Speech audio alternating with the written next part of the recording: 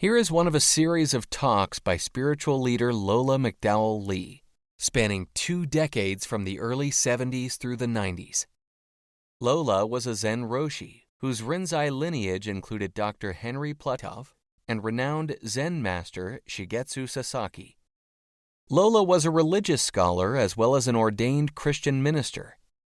While the talks are focused mainly on Zen and Buddhism, Lola drew on many spiritual traditions, including those of Jesus, Plato, Lao Tzu, the Hindu Vedas, Meister Eckhart, and Gurdjieff.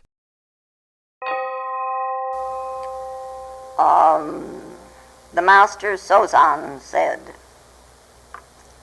"The great way is not difficult for those who have no preference. When love and hate are both absent, everything becomes clear and undisguised.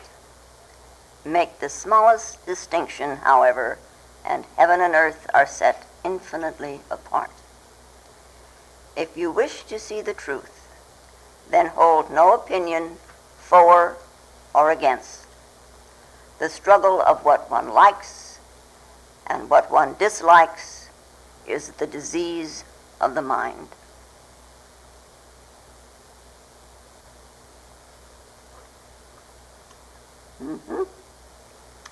Now, Sozan was known as the 3rd Chinese patriarch. In India, there were the 28th being Bodhidharma, who came to China. And Sozan is the 3rd. Bodhidharma, then Ika, who was Bodhidharma's student.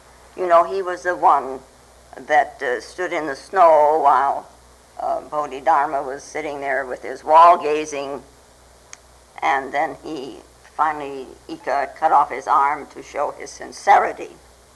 Or that's the way the story goes anyway, and I wouldn't hold too much truth to it, after all. But this Ika evidently was a very quiet, unassuming man. He was very well educated. And after he had been made the 2nd patriarch, he went around preaching. And one day when he was preaching in a very important city on the meaning of Zen, he caused a lot of confusion in those who were listening, or those who could not rise above the letter that killeth. The spirit giveth and the letter killeth. So there was another teacher there in town who heard about him and about this crowd that had gathered around him. And this Dokkan was a very well-known teacher, and he had about 1,000 followers. And he decided he'd better find out what this man was all about, so he sent one of his trusted disciples, to this Zen man to find out what kind of an individual he really was. And when this trusted disciple, learned what the teaching was all about, from this so-called heretic, he was so impressed that he was converted to Zen. So Dokkan sent another disciple to call the first one back. But he followed his predecessor. He too was converted to Zen. So Dokkan sent another, and another, and another, and another, all the same result. And it was years later when Dokkan happened to meet accidentally on the street this first disciple, this first messenger. He asked him, "How was it that I had to send for you so many times and you didn't come? Did I not open your eye with so much effort on my part?" And this former disciple looked at him, and he very simply, you can see this little Chinaman standing there, he answered, "My eye has been right from the first, but through you it came to squint."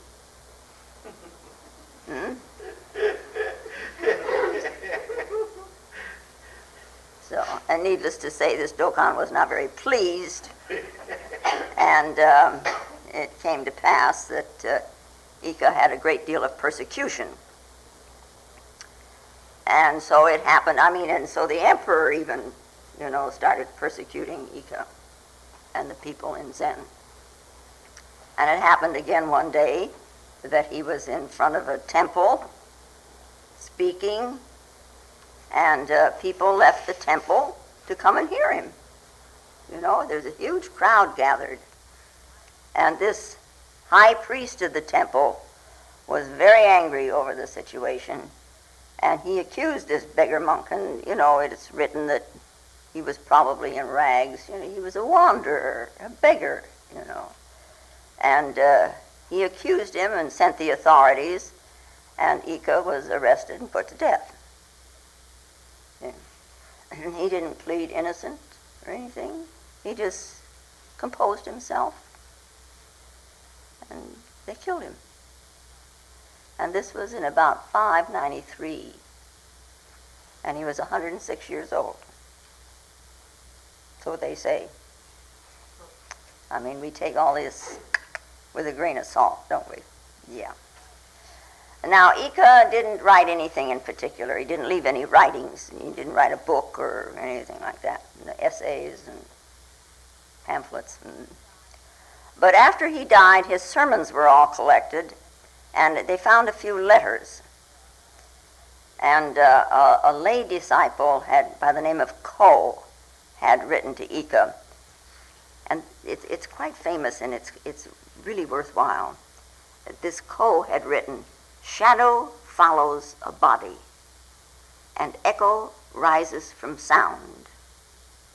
He who in pursuit of the shadow tires out the body does not know that the body produces the shadow. And he who attempts to stop an echo by raising his voice does not understand that the voice is the cause of the echo. In a similar way, he who seeks nirvana by cutting desires and passions is to be likened to one who seeks shadow apart from its original body. And he who aspires to Buddhahood, thinking it to be independent of the nature of sentient beings, is to be likened to one who tries to listen to an echo by deadening its original sound. Therefore, ignorant and enlightened are walking in one passageway. The vulgar and the wise are not to be differentiated from each other. Where there are not names, we create names, and because of these names, judgments are formed. Where there is no theorizing, we theorize, and because of this theorizing, disputes arise. They are all phantom creations and not realities, and who knows who is right and who is wrong. They are all empty.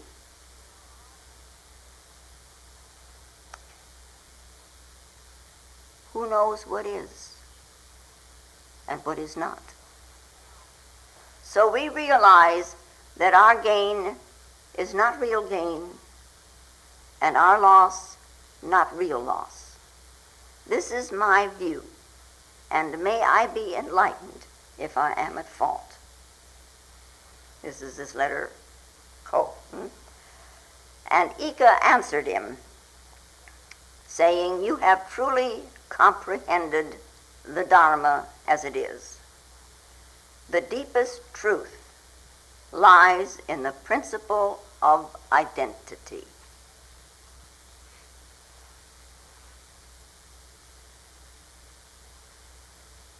I'm going to repeat that. The deepest truth lies in the principle of identity. It is due to one's ignorance that the Mani jewel, now, the three jewels are the triune body of the Buddha, which are the Dharmakaya, the Sambhogakaya, and the Nirmanakaya. And it is said that one who knows the wisdom of equality, the wisdom of equality is said to be the jewel possessing one. Right, okay. It is due to one's ignorance that the jewel is taken for a piece of brick. But lo, when one is suddenly awakened to self-enlightenment, it is realized that one is in possession of a real jewel. Now, real for the first time. The ignorant and the enlightened are of one essence. They are not really to be separated. We should know that all things are such as they are. Those who entertain a dualistic view of the world are to be pitied, and I write this letter for them. When we know that between this body and the Buddha there is nothing to separate one from the other, what is the use of seeking after nirvana as something outside of ourselves? Now, after Ika comes Sozan, the third Chinese patriarch. And he came to see this master Ika. He would have to, otherwise he wouldn't have been made, he would not have been handed the bowl and the robe. So, and Sozan at that time was about 40 years old. And he said to Ika, I am suffering from Feng Yang, which is translated as leprosy,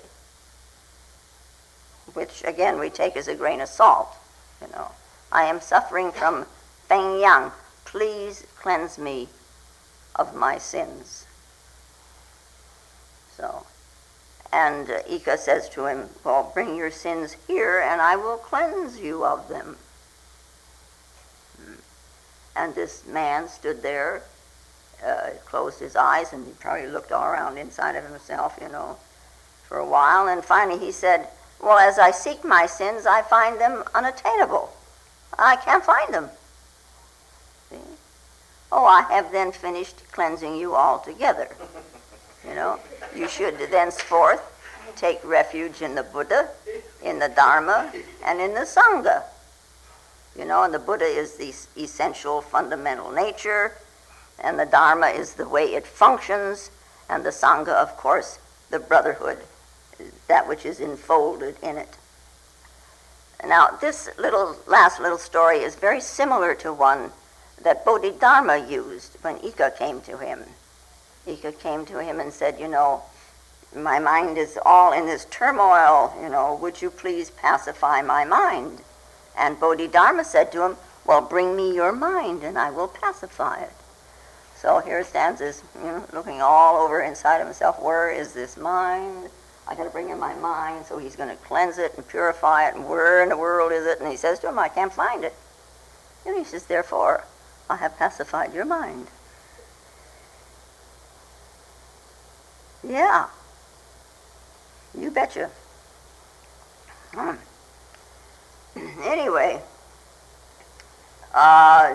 this little story goes on, and Sozan is still talking to Ika, and he says, as I stand before you, I know that you belong to the Sangha, that is the brotherhood, but would you please tell me what are the Buddha and the Dharma? And this Sozan said, mind is the Buddha, and mind is the Dharma. And the Buddha and the Dharma are not two. He doesn't say one, that they are one. They are not two. And the same is to be said of the brotherhood. They are not two. I mean, it's like when we talk about the triune body of Buddha, the three aspects, the way it functions, the way the essential nature functions. They are not two. what it is and how it functions are not two.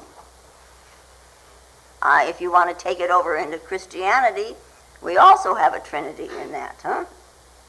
And it's the Father and the Son and the Holy Spirit, and the way it functions, and they are not two.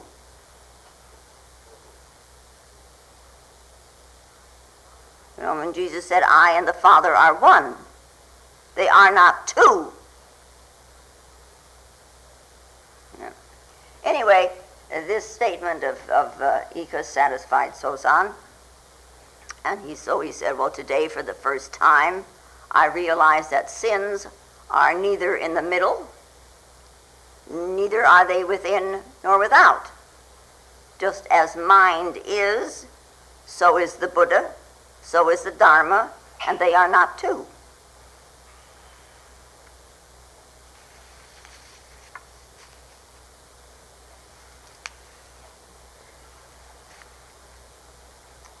Now, not very much is known about this Sozan either. He didn't leave anything in the way of writings like Ika did, you know.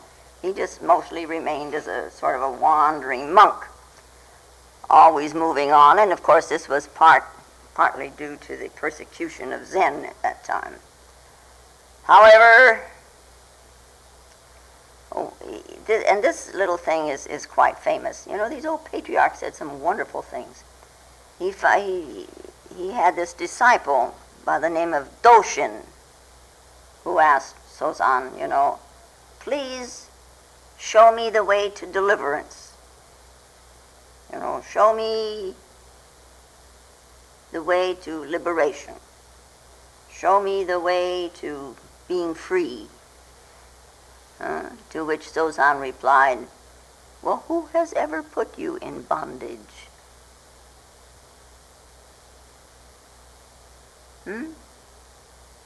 Yeah. So, but most of his life, Sozan's life, is very obscure. But he left a poem in which he presented his way of thinking, and it's called the Shinjin Mei, which is translated as inscribed on a believing mind or heart. Hsing, H-S-I-N, in Chinese means mind, it means heart, it means soul, it means spirit. It can mean any of these things, and it can mean it all together, inclusively. So inscribed on the believing Xing, your soul, your mind, your heart, your spirit. Yeah. Which begins with, the perfect way knows no difficulties, except that it refuses to make preference. Only when freed from hate and love, it reveals itself fully and without disguise. 1/10 of an inch difference, and heaven and earth are set apart. If you want to see it manifest, the great way, If you want to see it manifest, take no thought either for or against it. To set up what you like against what you dislike, this is the disease of the mind. And when the deep meaning of the way is not understood, peace of mind is disturbed and nothing is gained. And it goes on and on and on and on and on and on. It's a long, long poem. Now, these words, this poem, I think is quite important. And I think that it has impressed a great many people. They come out of a mind which has gone beyond just words. They're not speculation. He's not speculating, well, it could be this or it could be that, and building this mental structure and saying this is, no, direct from the source it comes. And they stem from his experience with that source. He knows. He says, this is the way. He's a very wise man. He is one who has really penetrated into the mystery, so that when he speaks, we should listen. And we should listen in a silence, setting aside the chattering mind. You let it chatter some other time as it will. As it will, as it will. As it will. Yeah.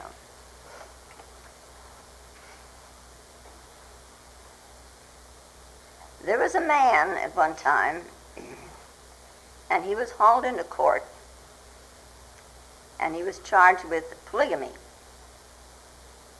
He had many wives. And in some countries, that's a no-no. In some countries, it's a yes, yes. And in countries like Tibet, why, it is the women that have many husbands. Like the story of one who had 12 husbands. So each one took a turn at supporting her 1 month out of the year. You think that's a pretty good system? I got 2 of them over here that do. Yeah, they tended the garden. And, Anyway, about this particular one who is accused of polygamy now, everybody seemed to know about his wives, but no one could prove this polygamy. See? And his lawyer said to him, "You remain silent. You just shut up. Huh? That's all you have to do. Just shut up. If you say one single word, you're going to be caught. So you just keep quiet. I will take care of the matter. You have hired me to take care of the matter. Let me take care of the matter." Yeah? And so the man remained silent. Underneath it all, he was boiling. He was in a turmoil. And there are a lot of times when he wanted to, that's not the way it is. He wanted to interrupt. But somehow or another, he managed to control himself and his tongue. And the court couldn't find anything against him. They couldn't prove anything. Even the judge knew that he had many wives. But what could he do when there's no proof? So they released him. And the judge said to him, "You're free to go. You can go home." And the man stood there a minute, very puzzled, and he looked at the judge and he says, "Your Honor, which home?" See? One word. One word. One word shows your state. One word and you're exposed. You know something? If you're observant of yourself at all, one word, you are exposed even to yourself. If you would just look. But we don't.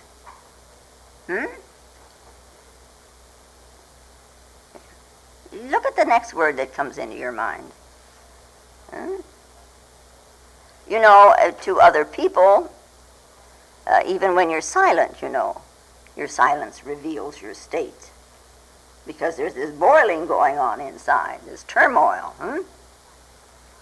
But when somebody like Sosan speaks, it's quite different. Because he doesn't speak from this chattering mind. And he's not trying to convince you of anything. He's not trying to convince you of a theory or a philosophy or a mental structure.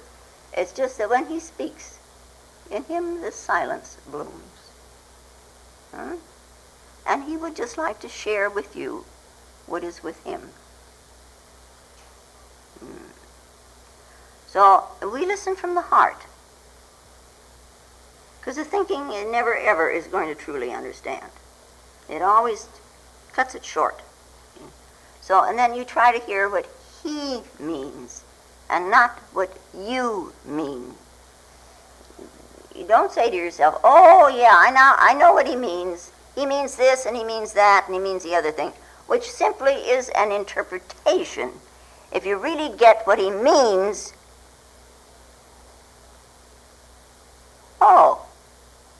and you don't say he means this, that, or the other. It's just this insight that has no words.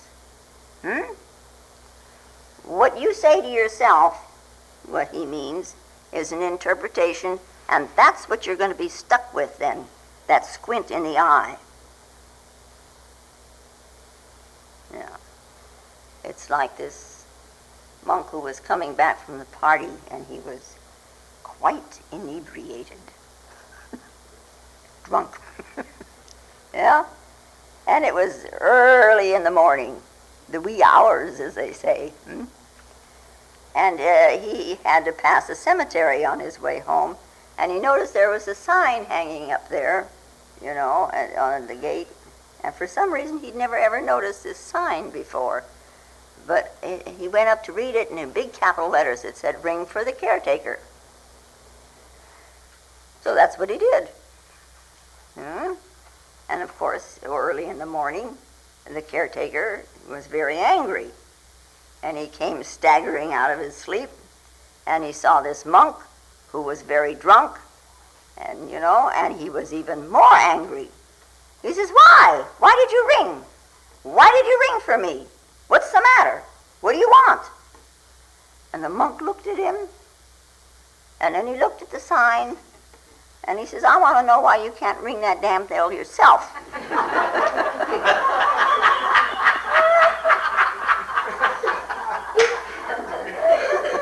Ring for the caretaker. See? How something is interpreted is up to you, isn't it? Huh? That was his interpretation. That was his squint. Yeah. Now, a healthy mind is a mind that is not divided. That way, if your mind is not divided, you can pick up a rock and you can touch it and you feel it. And you can become one with the rock. Samyana, they call it.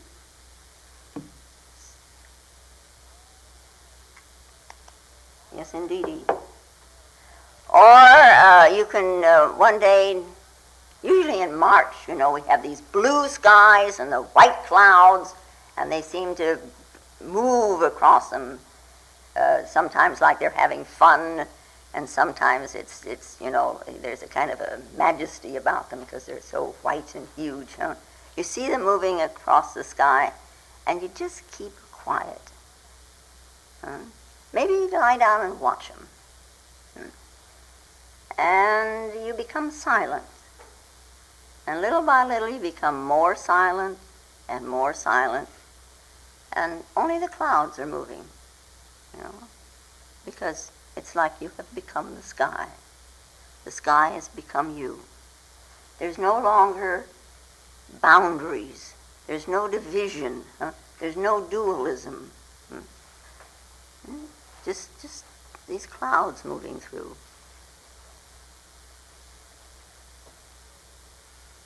Something will happen. So there are times when we should forget about Aristotle and his logic. Aristotle's logic says either this or that. Choose. If you choose, you're in a trap. Yeah? Because now you got something for and you got something against. When the for enters, the against follows as its shadow.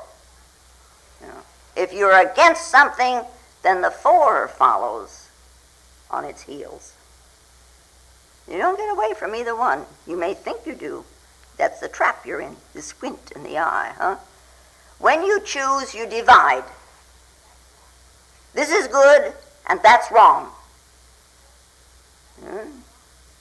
It's a division. It's no longer a healthy mind. And life, after all, is a unity. Existence remains not divided. Only our minds have these fixed compartments for and against. Fixedness. Erroneously sometimes we call it stability of the mind.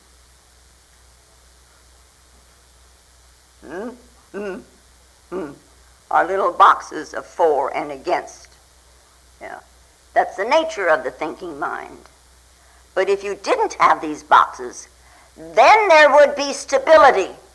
I mean real stability that you couldn't mow down.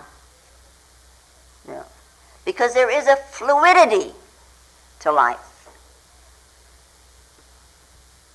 What are you going to do with life? There you are. What are you doing with it? You can't choose, I'm going to be for this and against that. You know, if you want to be life, then you have to be choiceless. You've got to let it flow. You can't put up these barriers. So Sozan says, neither this nor that. Don't make distinctions. The moment that you make a distinction, you're fragmented, you're divided. It is human being state. We who say this is opposite that. You know, it's like the little student said one day to his teacher, you know, if 1 million objects come to you, and they do, look at the 10,000 things that come to you, huh? What do you do? The 10,000 things come to you. What do you do? And this teacher very neatly says to him, a green article is not yellow. A long thing is not short. Each manages his own fate. Well, why should I interfere?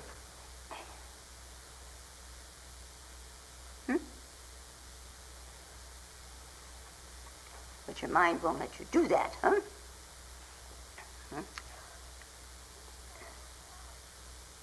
Green and yellow are polarities. You know, the circle of that the Chinese have of yin and yang, it's half black and half white.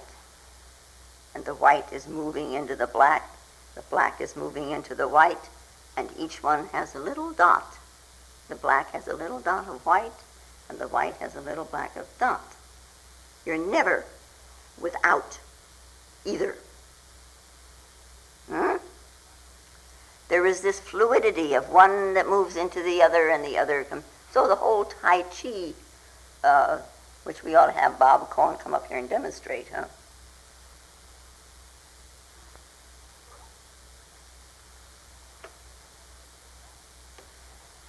He may have forgotten. Enantiodromius, they call it, you know, the flowing in and out. Well, it woke him up a little anyway.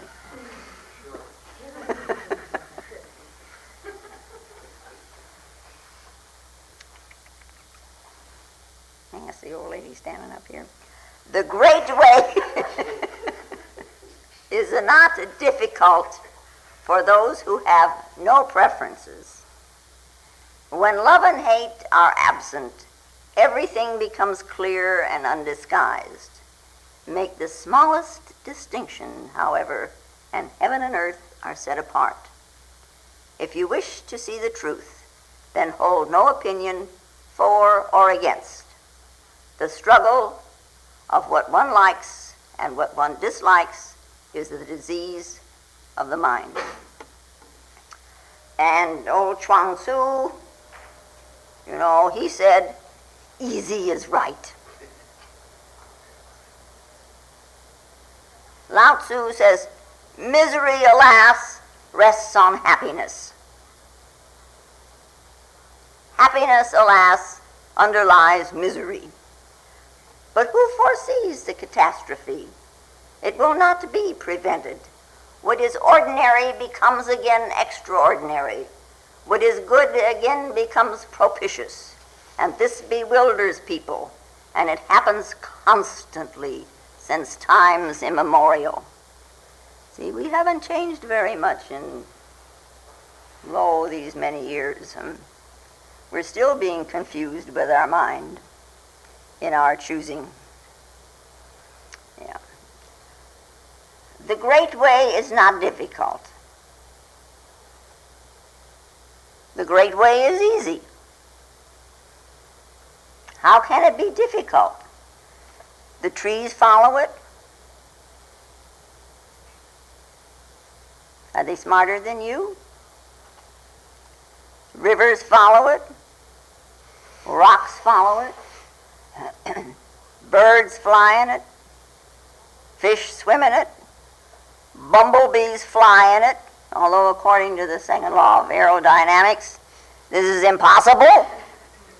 Yeah.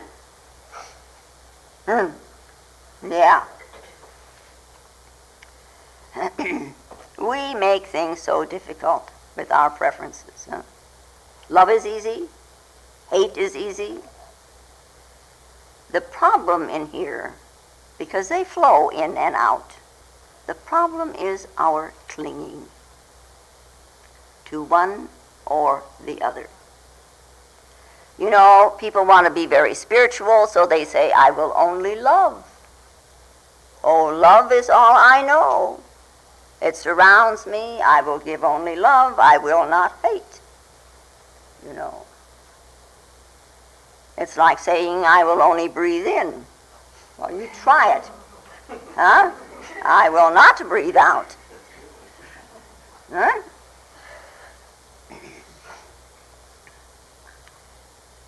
You know, there's such a thing as a balance in this flowing and breathing out. One gives. Breathing in, one takes. You know, these are life processes. Remember them about yourself. And then you flow like life flows. You exhale and you inhale. And you give and you take. And when you're giving, give more, so more can be given to you. And when a gift is offered, you take it. So the person giving, you know, has a chance to give more. Except in some circumstances. You know, there are times to remember when someone gives you a gift and you don't accept it. To whom does the gift belong? Yeah. But, you know, also, don't hoard. Don't be a miser. If you only inhaled, you wouldn't last very long. You know? And when you eat, you know, you don't keep the food that you ingested with you for all time from then on out, even though it tasted good when you ate it. You know, keeping the food would be miserly. And we call it constipation. It's miserliness, huh? See? And then there are people who are, you know, they talk all the time. Blah, blah, blah, blah, blah, blah, blah, blah, blah. You know, chattering mind. And the mouth goes, it's in gear with it, you know. They're not saying anything, they're just, you know. And it's called diarrhea of the mind. And then there are people who are in their emotional state. Some of them are constipated and some of them have diarrhea. There's no balance there. They swing from one end to the other.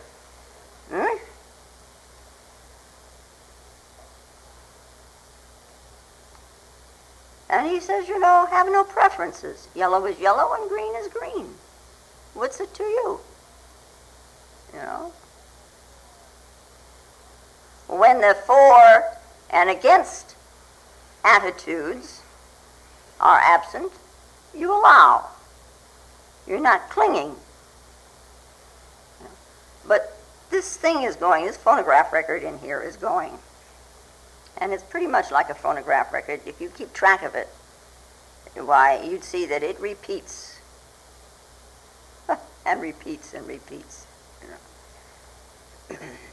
This chattering that goes on here says, well, you know, I've got to be for and against.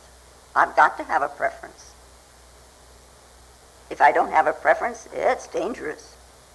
You know, you become like an animal if you don't have preferences.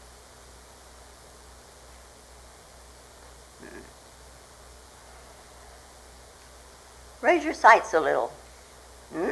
Don't keep them glued on the ground. Just become aware.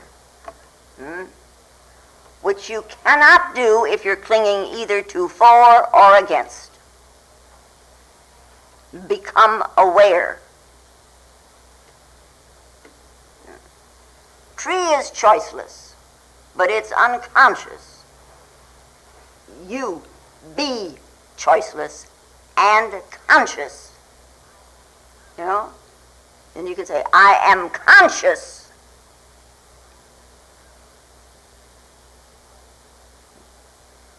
What joy, huh? I am conscious.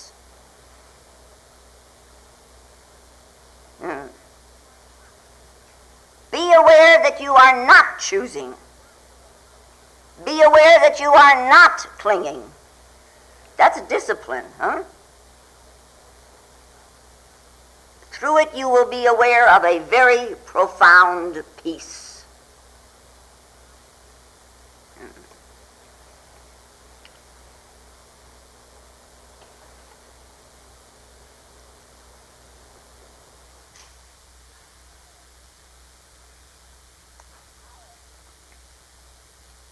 However, choosing seems to give color to our lives. It causes excitement. It causes enthusiasm. You know, emotions arise.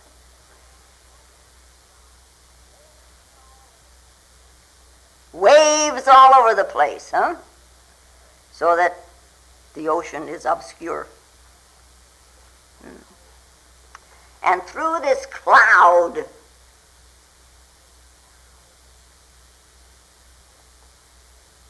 you know, color, we can't see clearly. It's all disguised.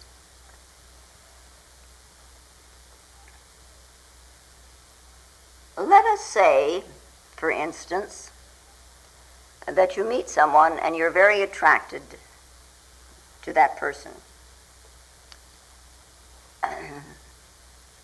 Something very peculiar happens. You begin to see things which are not present. You color the situation. No woman in the world is as beautiful as a man thinks she is. No way. But he meets her and he has this dream girl in mind. And he projects this dream girl on the real girl. And now her function is she's a screen for his dream girl. He didn't see her at all. Just his dream girl. She has nothing to do with what you're projecting. You're not being fair to her.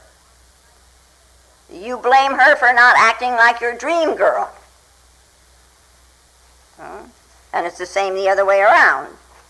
She meets a man, she likes him, and she projects onto him her ideal man, the one she's got in her head, huh?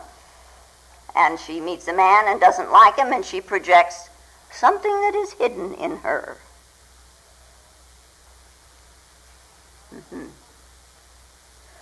You know, and our monk, his wife said to him, Gesundheit.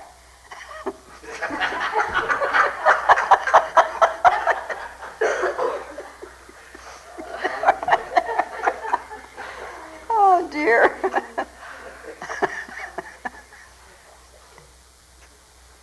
The monk's wife, our little monk's wife, said to him one day, you don't love me.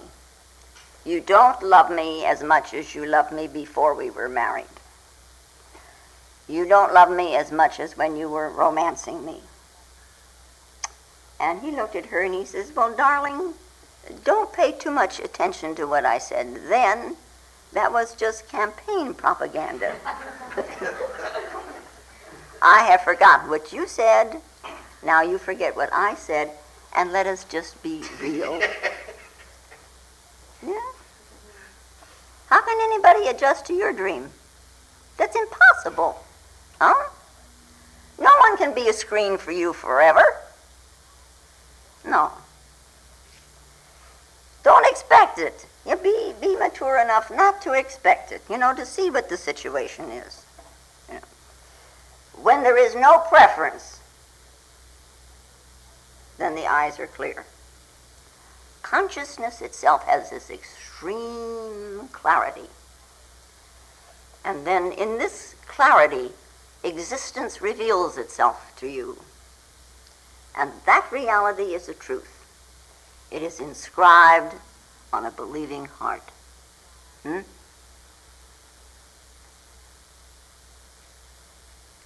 Having seen, now we can believe.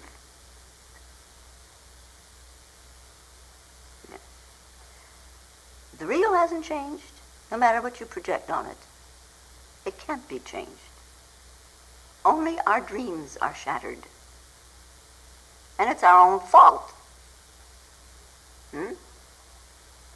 This movement from happiness to misery, and from misery to elation and back again, back and forth.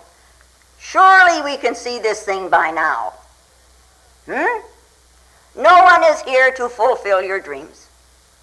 Everyone is here to fulfill their own destiny. Don't expect it of them.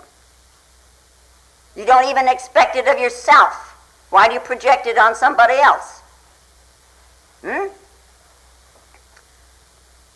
If you wish to see the truth, and certainly that's really what you want to see, isn't it? The truth. Then hold no opinion for or against.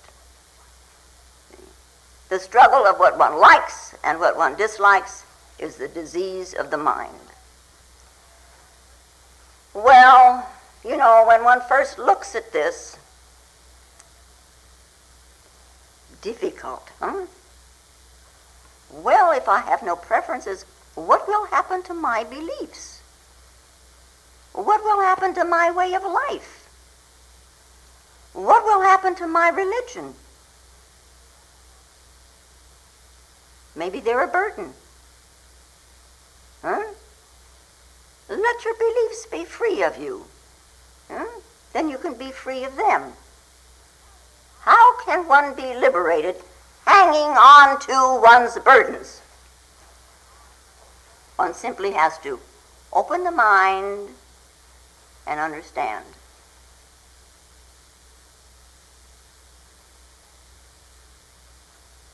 Understand what comes from the heart, from a believing heart, so you can let the mental heart beliefs go. So Zen, in this way, with this Shinjin Mei, is giving you very great medicine. He's not suggesting what to do. He simply says again and again and again in all of this thing, don't choose, understand. Understand this disease of preference. With all you're getting,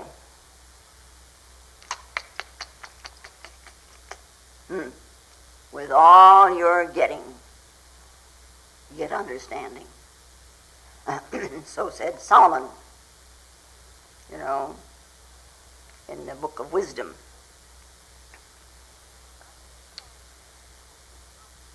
Understanding becomes the freeing principle.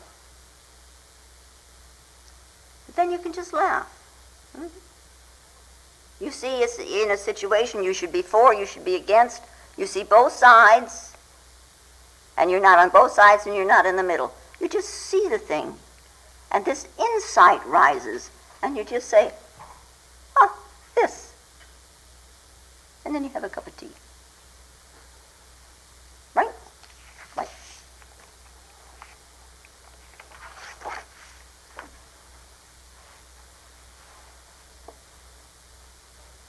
Very important.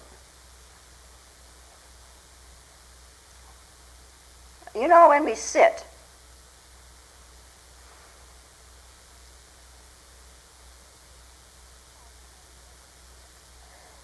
it's called, an effortless effort. You don't make an effort to be for something when you're sitting. And you don't make an effort to be against something when you're sitting. Oh, I mustn't allow this into my mind. You know, I'm against this. Or it's against my nature, or it's against. And I want to be on the great way, and now I'm for the great way, and so this process that we have of, being for and being against, we bring it into all our situations. Just sit. Have no preferences. Just sit. When you just sit, you're open for it. If you're clinging to the for or clinging to the against, whose servant are you? See, the little flame has got a shadow. Look at it. Right up along with it. Interesting. All of that wax is melting except that one side. I wonder what happened there. Interesting, And now, may the peace and the power that passeth all understanding hold us and keep us in the love of the Christed consciousness while we are seemingly separate one from another. And I do thank you very much. If you find Lola's talks valuable, more will be posted in weeks to come.